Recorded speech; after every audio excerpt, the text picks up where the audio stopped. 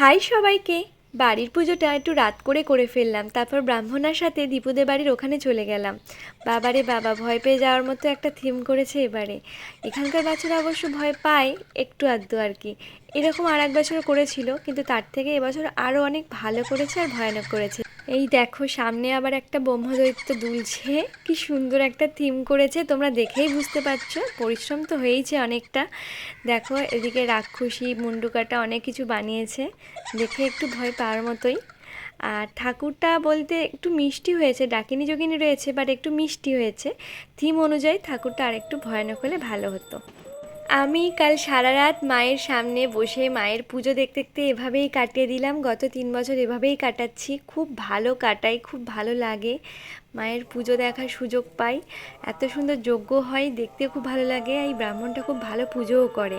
আর শেষে এই যে 108 প্রদীপ জ্বালানো হলো।